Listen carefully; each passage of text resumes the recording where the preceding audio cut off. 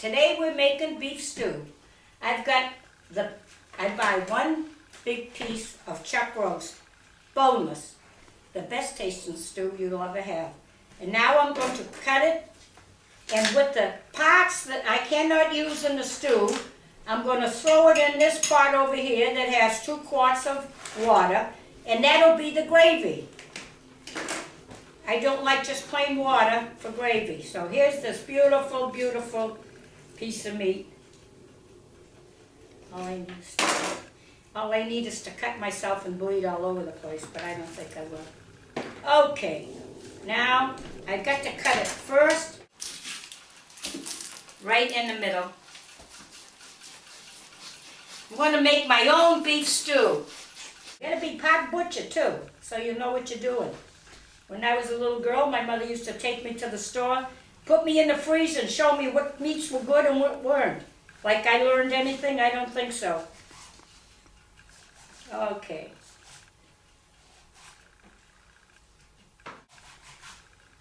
Okay, now we've got 2 slices.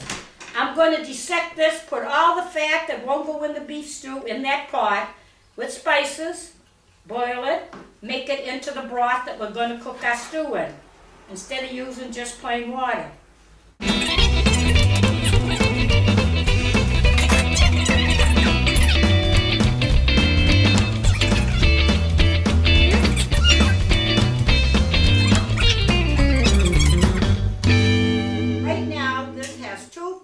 Water and all the scrap meat that I took off of this beautiful beef stew. There's no fat in there. It's all been taken care of.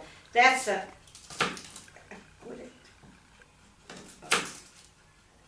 Now I'm going to add all these spices to it to make this broth tasty. And before I get the fried meat in there, I'm going to... that's it.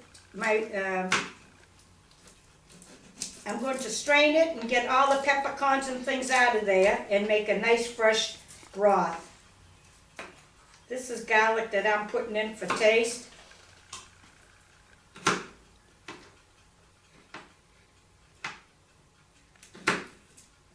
I'm doing this the hard way.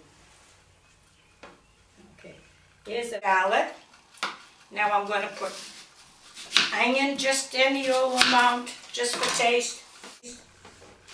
A handful of peppercorns. That's all going to be strained before we go into the regular. Couple of bay leaves. 2 of them, 3 of them. Some wine. About a half a cup. And I measure by my hand. Just a little bit of salt to give it taste. Here is the pan full of meat and spices so that you can make the nice gravy to cook the meat in. Oh, and here it goes. And that's it. Right now I have the broth for the beef stew being made with all the excess pieces of fat and meat that we can't eat. And now I'm going to chop up this onion and start sauteing the beef stew.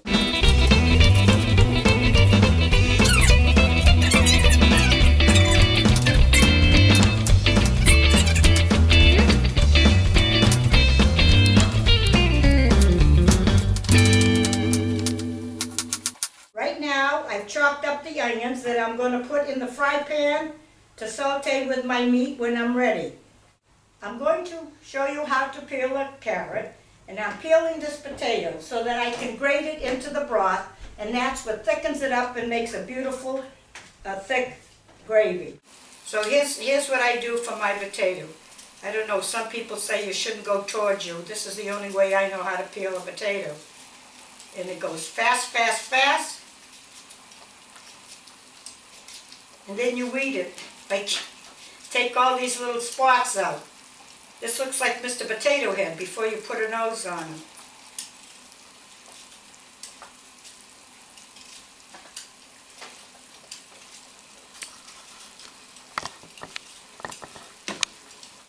Okay, now I'm going to peel the carrot.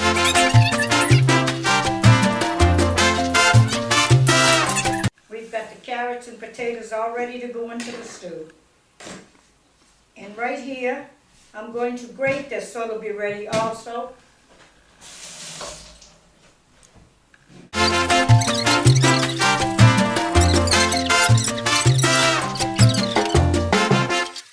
Okay, I'll just throw this in here and put it in the gravy when it's time. Right now, we're going to strain our broth that's going to be used to cook my beef stew.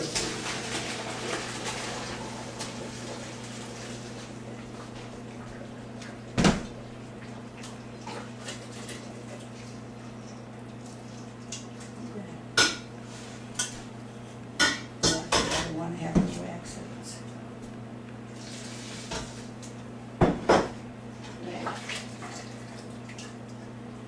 We'll pick that meat up later.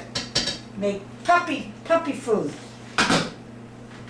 Okay, this is the broth. As I get the meat fried in there with onions, I'll be putting it into the hot broth and then add my potatoes and carrots later. Okay, right now we're going to start with the beef. Just take a look at that beautiful beef that came out of that chuck roast. Let's hope it tastes just as good as it looks. Now I'm going to put in some olive oil and let that get hot. I'll put one piece of onion, and when that starts to fry, then I'll take it out and put the rest in. Okay, here we go.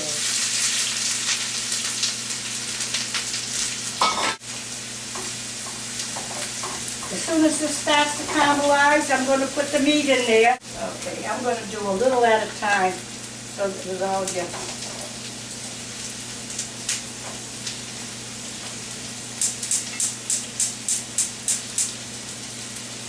We'll get as much as we can in there for the first batch.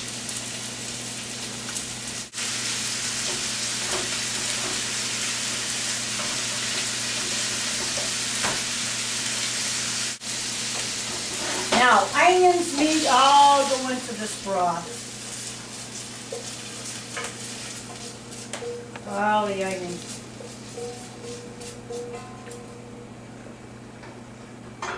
Now, we will have to cook these about a half an hour, and then I will put my carrots and potatoes in.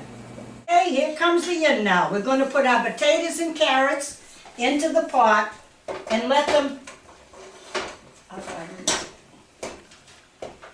let everything start cooking, and then it thickens the gravy a little more. I don't want to get my hands in there and burn them. I never know I'm burnt until the next day when I see them blister. Oh boy, I think we got too much. Let me see. Okay, so now we're going to dish out so you can see how good it looks. And if you want it thicker, grate another potato.